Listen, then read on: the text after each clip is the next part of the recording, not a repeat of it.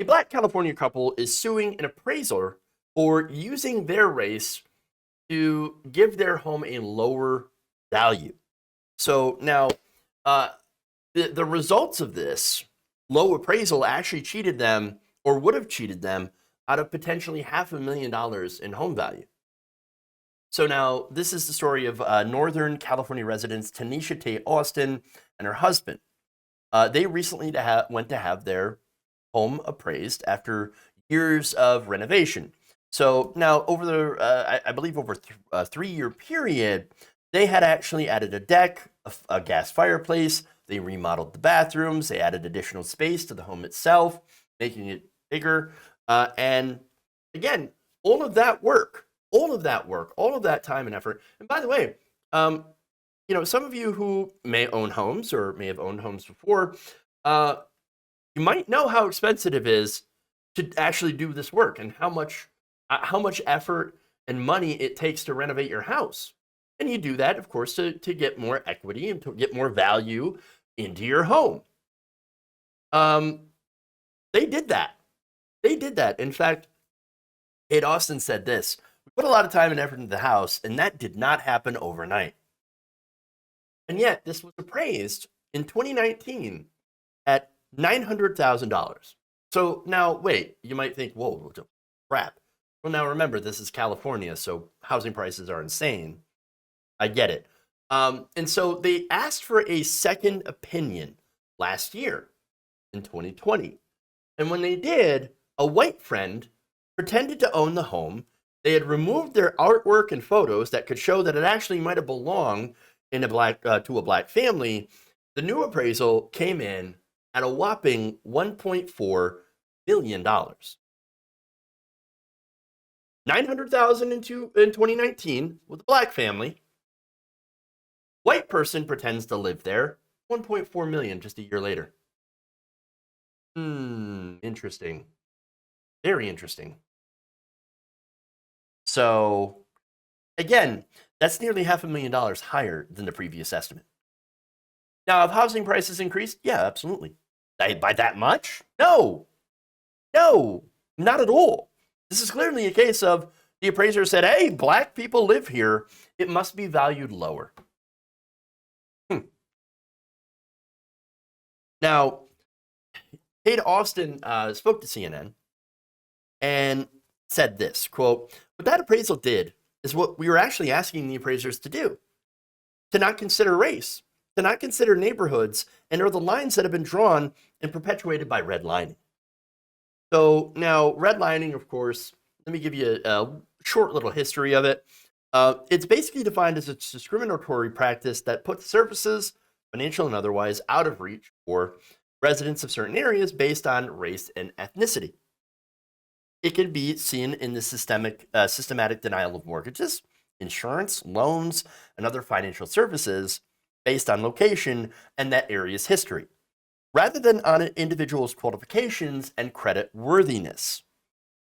The results of this practice led to homes in redlined neighborhoods, even up to today, being worth less than half of the homes of what the government had deemed in the 1930s as best for mortgage lending.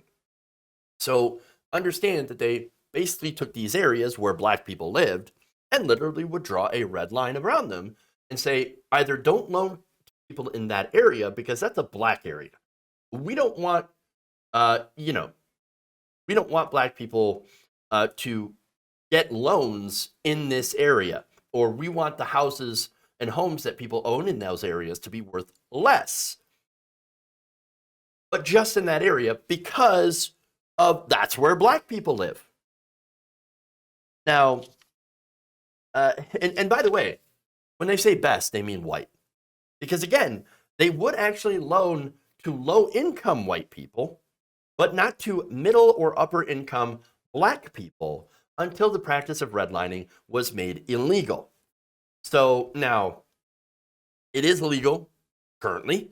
And so last week, the couple had filed a lawsuit in federal court in San Francisco, arguing that racial discrimination had played a role in the very low valuation of their home. In the lawsuit, the Austins say the first appraiser, Jeanette Miller, white woman, violated the Fair Housing Act when she took into account the family's race and racial demographics of the house's location for her appraisal. Paul Austin said this, the husband, quote, "We shouldn't have had to go through this. We shouldn't have to have our white friend standing in." CNN reached out to Miller and her company, Miller and Parati Real Estate Appraisals, which has been named as a defendant in the suit multiple times, for comment, and of course, no response. Obviously.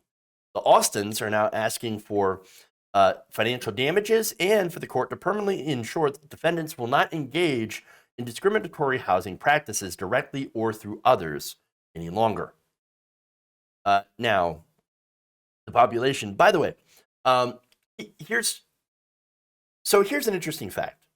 When Miller appraised that home last year, the Austins said that she compared their home, which is in a majority white area, to those in areas with a significant black population. The population in Marin County, where the house is located, is more than 85% white. So there's absolutely no reason to go and make that comparison. None at all.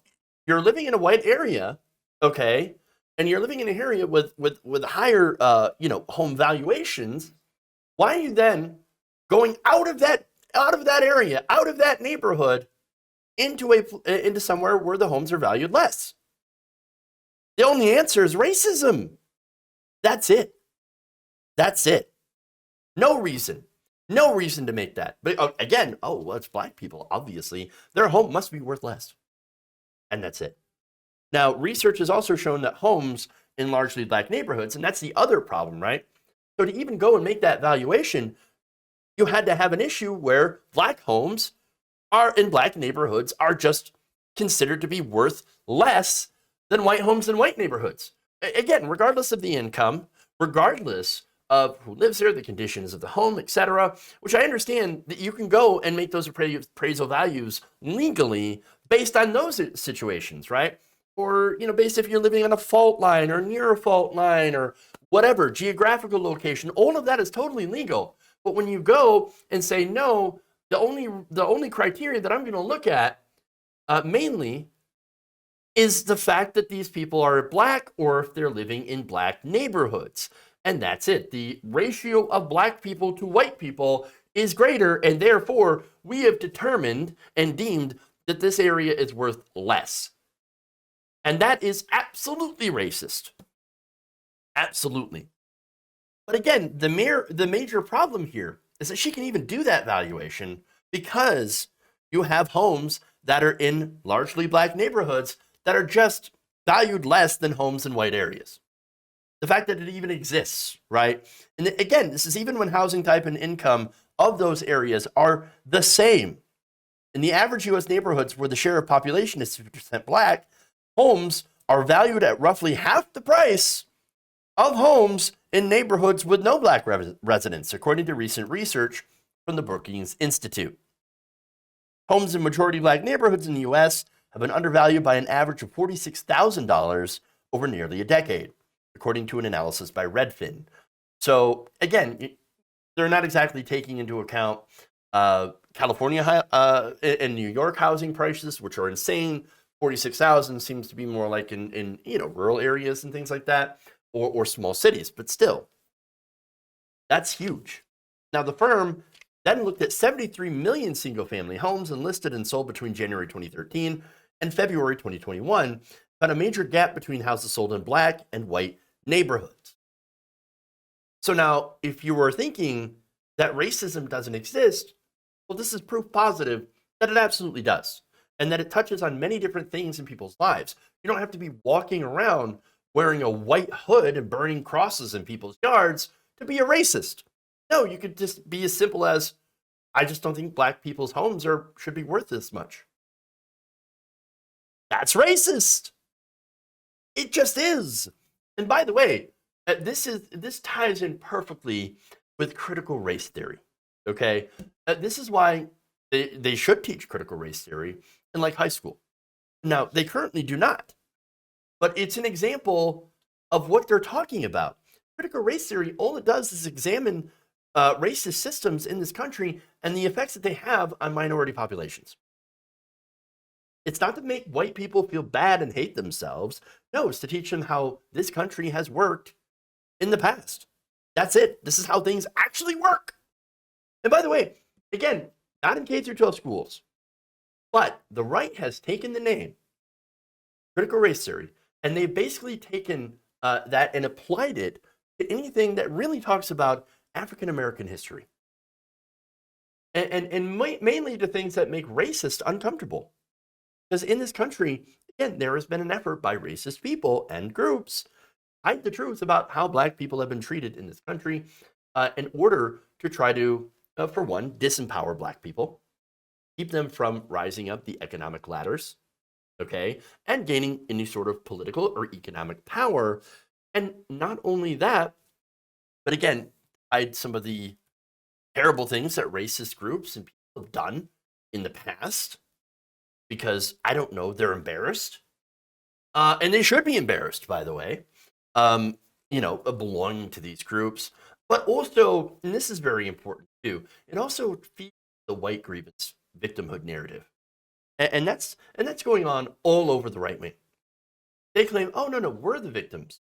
We're actually the victims of racism. We're the actual victims of oppression, not black people. No. It's the white Christian male, the conservative, that is the real victim of. And that is the entire narrative that they are trying to go and perpetuate. And they are hiding all of the actual history in this country. They also do want to avoid paying reparations as well. And what form reparations come into doesn't really matter to them. They they oppose all forms of reparations for slavery and for Jim Crow, and the nonstop, constant racial attacks, even going down back to, as I said, redlining, denying people jobs based on their race, school to prison pipelines, and all of that. So it's disastrous. Now, this story, when I first read this story, it seemed familiar. Okay. And I thought that maybe I had talked about it before. And I'm like, I don't know.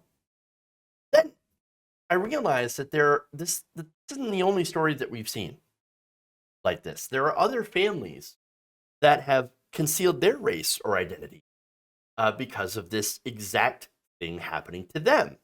And for example, in Indianapolis, a black woman previously told CNN that she did not reveal her race or gender on an application when arranging for an appraisal. She'd kept communication to email and told the appraiser that she would be out of town and that her brother would be at home during the appraisal. Her brother was actually a white friend who posed as her brother and met the appraiser instead of her. Now, the appraisal value, and this is her third appraisal, by the way, had doubled, more than doubled. It led her to file a fair housing complaint against the lenders and appraisers she had worked with for racial discrimination. And so there it is. There it is. The Austins knew of other families, black families, that this had happened to. And so they decided to take a chance at quote unquote whitewashing, that's what this is called, whitewashing their home, because they knew of the discrepancy of home appraisals. And they thought, wait a minute, this seemed a little low. Our appraiser, again, and they went out and normally they try to go through the process and like, it seems rather low, especially after all the work that we've done to this. Why don't we go and check this out? Because unfortunately, we have heard of these situations where appraisers were racist and devalued your home. And turns out that's exactly what happened. They're not the first family. And they won't be the last family. I would imagine there are many Black Americans that are dealing with this and probably didn't even know about it. They didn't even know about it. In fact, the couple said that they just wanted to speak up to encourage other families of color to fight if they think their property is worth more. She said, he said, Paul Austin, quote, hopefully at the highest level, we can start seeing systemic change, people being held accountable. for devaluing black and brown lives, because that's essentially what they did to us. Absolutely. It's amazing to think that this stuff still happens in 2021, but it does. It does. All the declarations that you might hear and see of like, oh, racism, it's over. We're a much more evolved country when it comes to the issue of racial justice and you know, all the people like, oh, Black Lives Matter, they're just complaining and the racism, it's not actually real. No, this is a perfect example of a systemic racist system that continues to devalue and keep down black and brown people. And this is something that as a society have to fix. But of course, in order to fix it, we have to actually continue to acknowledge that it exists. If you enjoyed this video, please give us a like and share with your friends. You can subscribe and help out the channel by becoming a patron. It's patreon.com/Jeff Waldorf, or you can become a channel member as well by hitting the join button below.